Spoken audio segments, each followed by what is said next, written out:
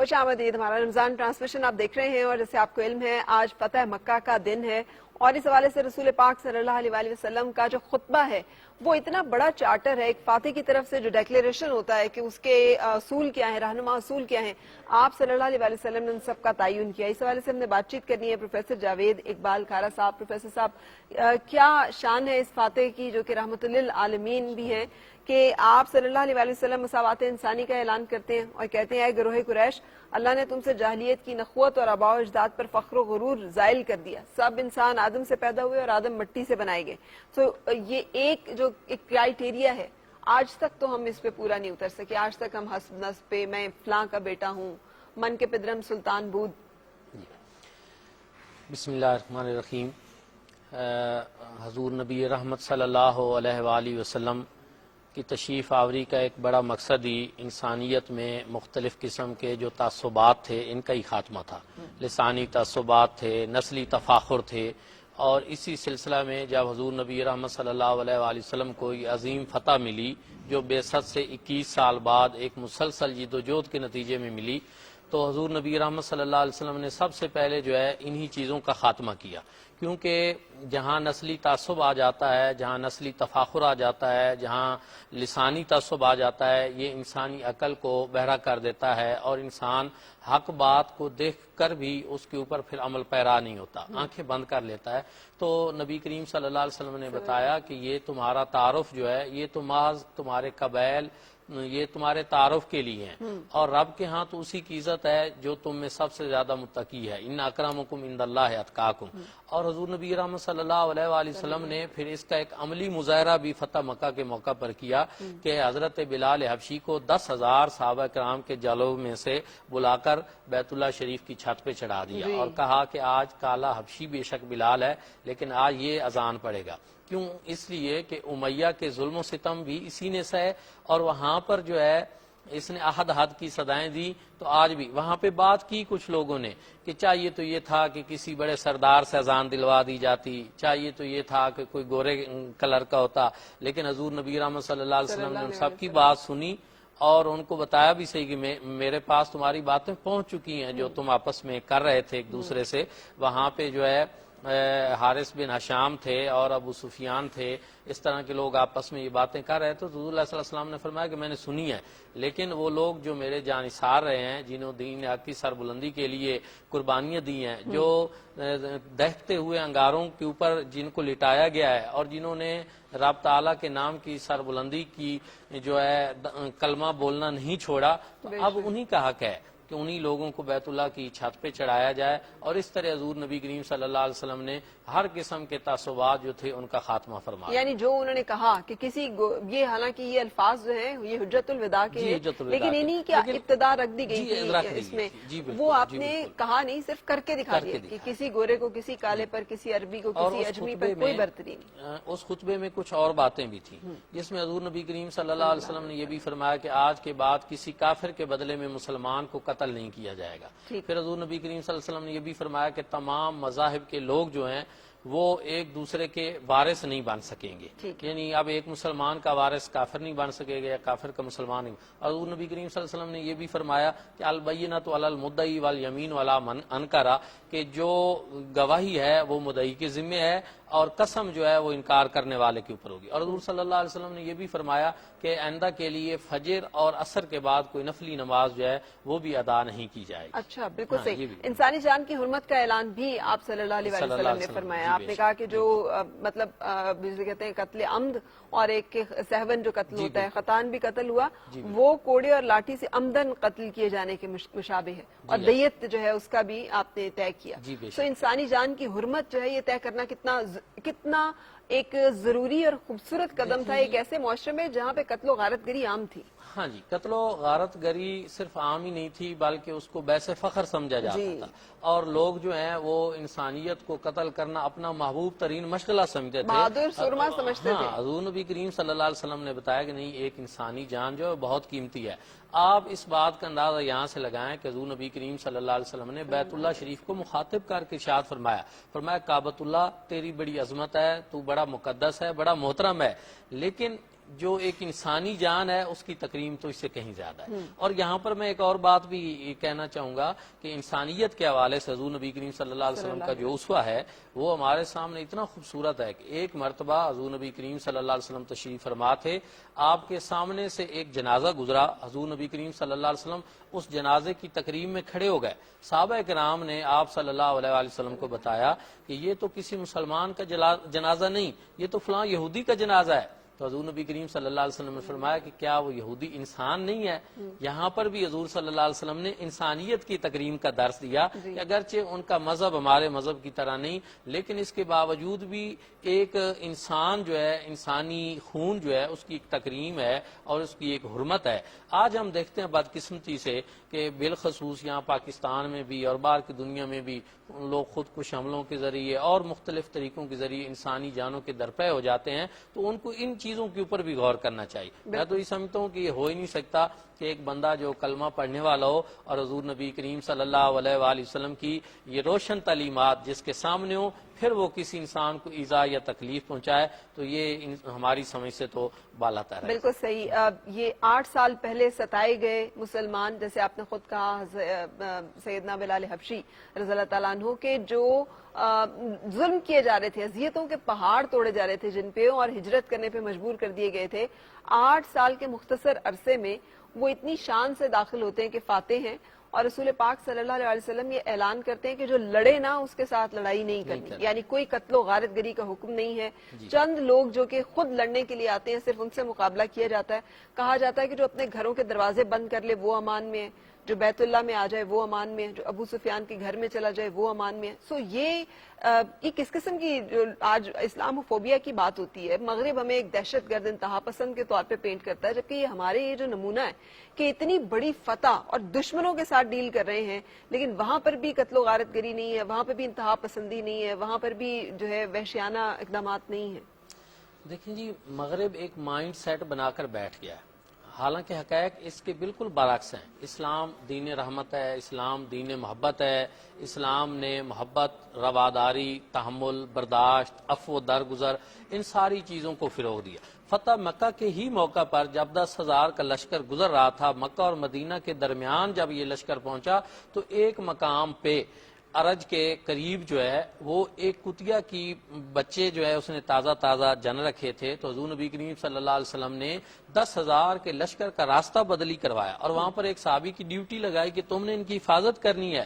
آپ دیکھیں کہ جب لوگ دنیا کی تاریخ میں جب فاتح جاتے ہیں اس طرح تو وہ کھوپڑیوں کے مینار بناتے ہیں, اور دنیا کے اندر قتل و غارت اور کیا کچھ نہیں ہوا, ہلاکو خان, چنگیز خان, دنیا کی تاریخ میں بڑے بڑے ہم نے اس طرح کے دیکھ رکھے ہیں. لیکن آپ دیکھیں کہ حضور نبی کریم صلی اللہ علیہ وسلم نے انسان کا تو مرتبہ ہے اور رتبہ ہے اور بڑا مقام ہے, اس کو ایک شرف حاصل ہے. وہاں تو ایک بے زبان جانور جو ہے اس کی جان کی حفاظت کا جو ہے وہ اہتمام کیا جا رہا ہے اور پیغام دیا جا رہا ہے کہ حضور نبی کریم صلی اللہ علیہ وسلم کا یہ پیغام جو تھا یہ صرف انسانیت کی بقا کے لیے نہیں بلکہ ہر قسم کے جو جانور ہیں, جو ارد گرد کا ماحول ہے, کیونکہ جب مسلمانوں کے لشکر جاتے تھے تو ان کو باقاعدہ یہ احکامات دیے جاتے تھے کہ آپ نے جہاں سرسبز و شاداب فصلیں ہیں ان کو بھی کچھ نہیں کہنا, جو بوڑھے ہیں, جو معذور ہیں, جو عورتیں ہیں, جو بچے ہیں, ان کو کچھ نہیں کہنا, اور اسی طرح جو لوگ جو ہیں ہتھیار باہر نہیں نکالتے ان کو بھی کسی قسم کا. اتنی بڑی فتح تاریخ عالم کی جس کی کوئی دوسری نظیر نہیں ہے, 10,000 کے لشکر اجرار کے ساتھ, لیکن آپ دیکھیں کہ وہاں پہ کوئی خون نہیں بہا. جو حضرت خالد بن ولید رضی اللہ تعالیٰ عنہ کے ساتھ وہ کفار نے جو تھوڑی بہت کی ایک تھوڑی دیر کے لیے وہاں پہ کچھ لوگ, ورنہ اتنے بڑے لشکر پرامن طریقے سے خانہ کعبہ میں مختلف سمتوں سے داخل ہوا, اور لوگ بھی وہ جو ابھی کچھ عرصہ پہلے ہی جان لینے کے درپے تھے, ظلم و تشدد کر رہے تھے, کوئی ساحر کہہ رہا تھا, کوئی کذاب کہہ رہا تھا, کوئی جادوگر کہہ رہا تھا, کوئی کچھ کہہ رہا تھا, لیکن اور حضور نبی کریم صلی اللہ علیہ وسلم کو اور صحابہ کرام کو جسمانی اذیتیں بھی پہنچائیں, اور انہوں نے اپنی زبان سے ہجو, اشعار اور اس طرح کی کوئی یوں کہہ لیجئے کہ ایسی چیز نہیں جو انہوں نے نہ کی ہو. لیکن ایسے موقع پر جب حضور نبی کریم صلی اللہ علیہ وسلم فاتح کی حیثیت سے داخل ہوئے تو آپ صلی اللہ علیہ وسلم نے ان سے کیا سلوک کرنے والا ہوں؟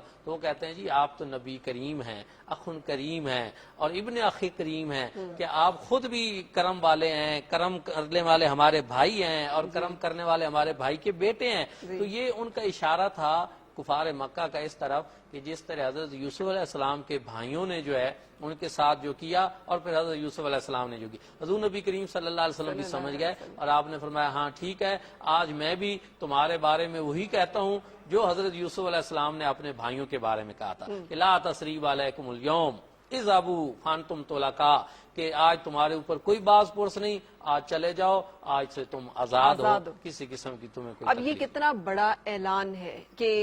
جہاں پہ فتوحات ہوتی ہیں وہاں پہ لوگوں کو قبضہ کیا جاتا ہے، غلام بنایا جاتا ہے۔ یہ وہ دور تھا جب ابھی غلامی کا چل رہا تھا، غلاموں کو آزاد کیا جا رہا ہے، انہیں اقتدار طاقت دی جا رہی ہے، انہیں اس برابری کے مساوات کے درجے پہ بٹھایا جا رہا ہے۔ سو یہ انقلاب انسانی ہے اور اسلاموفوبیا جو ہے وہ ہمیں کسی اور طرح سے پینٹ کرتا ہے۔ اس معاملے میں آپ کیا ہمیں بتائیں گے کہ کیسے ہم درستگی کر سکتے ہیں ان کے افکار و نظریات کی بھی اور اپنی اس مسخ کی بھی تصویر کی بھی جو کہ ہمیں غلط لینس کے ساتھ دیکھتے ہیں؟ بالکل بالکل، یہاں پہ میں یہ کہوں گا کہ عالمی سطح پہ جو ہے ایک ڈائیلاگ کا سلسلہ ہونا چاہیے، بین المذاہب ڈائیلاگ ہونے چاہیے، جن کے اندر جو ہے مسلمانوں کو بھی یہ حاصل ہونا چاہیے کہ ہم ان کے سامنے یہ چیزیں رکھیں کہ آپ دیکھیں کہ اسلام کا تو یہ چہرہ جو ہے یہ بڑا روشن ہے، اسلام کی یہ تاریخ تو بڑی سنہری ہے، حضور نبی کریم صلی اللہ علیہ وآلہ وسلم کا اسوہ جو ہے وہ تو پیار محبت اور امن کا ہے۔ صلح حدیبیہ کے بعد بھی جب بنو خزاع کے اوپر یہ ظلم و ستم کے پہاڑ توڑے گئے تو حضور نبی کریم صلی اللہ علیہ وسلم نے یہ نہیں کیا کہ فوراً لشکر جو ہے روانہ کر دیا، بلکہ آپ صلی اللہ علیہ وسلم نے فرمایا کہ جب ان کا وفد آیا بنی خزاع کا، عمر بن اسلمی خزائی وہ آئے، 40 لوگ اور ان کے ساتھ تھے، تو حضور اللہ صلی اللہ علیہ وسلم نے فرمایا نہیں، میں پہلے اپنا قاصد بھیجوں گا، میں وہاں کے سارے حالات معلوم کروں گا اور پھر میں وہاں ان کو اپنی بات کروں گا۔ حضور نبی کریم صلی اللہ علیہ وسلم نے ان کو 3 چیزیں وہاں پہ جو ہیں وہ ارشاد فرمائیں۔ دمرہ نامی حضور صلی اللہ علیہ وسلم کا صحابی وہ گیا اور اس نے کفار مکہ کو بتایا کہ حضور صلی اللہ علیہ وسلم فرماتے ہیں کہ یا تو یہ ہے کہ جو تم نے بنی خزاع کے لوگوں کا قتل عام کیا ان کی دیت دو، یا پھر یہ ہے کہ جو بنی نفاسہ تھے وہ بنی جو بکر تھے انہی کے ایک شاخ تھی، تو ان سے تم اپنا علیحدگی اختیار کر لو چونکہ انہوں نے یہ سارا کچھ کیا ہے، یا پھر تیسری چیز یہ ہے کہ تم جو حدیبیہ کا معاہدہ اس کو توڑ دو۔ یہاں پر بھی آپ دیکھیں کہ یہ نہیں کہا گیا کہ تم نے ظلم و ستم کیا ہے، حدیبیہ کا معاہدہ تو توڑ چکے ہو عملاً، چونکہ اکرمہ بن ابی جال، صفوان بن امیہ اور بہت سارے قریش کے لوگ جو لباس پہن کر جو ہے عجیب و غریب اور اپنے سر کے اوپر نقاب پہن کر وہ بھی اس قتل و غارت میں شریک تھے، لیکن حضور نبی کریم صلی اللہ علیہ وسلم کو سب کچھ معلوم ہوتے ہوئے بھی آپ صلی اللہ علیہ وسلم نے اس کو اپنا آخری آپشن رکھا۔ پہلے تحمل، بردباری اور ایک چیز جو عدل اور انصاف کے تقاضوں پہ پورا اترتی تھی کہ چونکہ قتل کیے گئے لوگ اس لیے اب ان کی دیت بنتی ہے، یا جنہوں نے ظلم کیا ہے تو ان سے علیحدگی اختیار۔ یہ ساری چیزیں ہمیں یہ پتہ چلتی ہیں کہ یہاں تو حضور نبی کریم صلی اللہ علیہ وسلم کے اندر انتہا درجے کا تحمل ہمیں نظر آتا ہے، اور ہر معاملے میں امن پسندی میں آپ صلی اللہ علیہ وسلم ہر کوشش کر رہے ہیں۔ پھر اس کے بعد جا کر یہ کہیں تو تعریف اللہ تعالیٰ خود فرماتے ہیں نا کہ رسول پاک صلی اللہ علیہ وسلم آپ نرم دل، اگر آپ سخت گفتار ہوتے ہیں، سخت دل ہوتے تو یہ لوگ آپ سے دور ہو جاتے، بھاگ جاتے۔ اور یہی صلح حدیبیہ میں وہ وقت بھی آیا تھا جب ایک صحابی ایک جو ہے بڑی سخت حالت میں بھاگ کے پہنچتے ہیں اور رسول پاک صلی اللہ علیہ وسلم معاہدے کی پاسداری کرتے ہوئے ان زخموں سے چور چور جو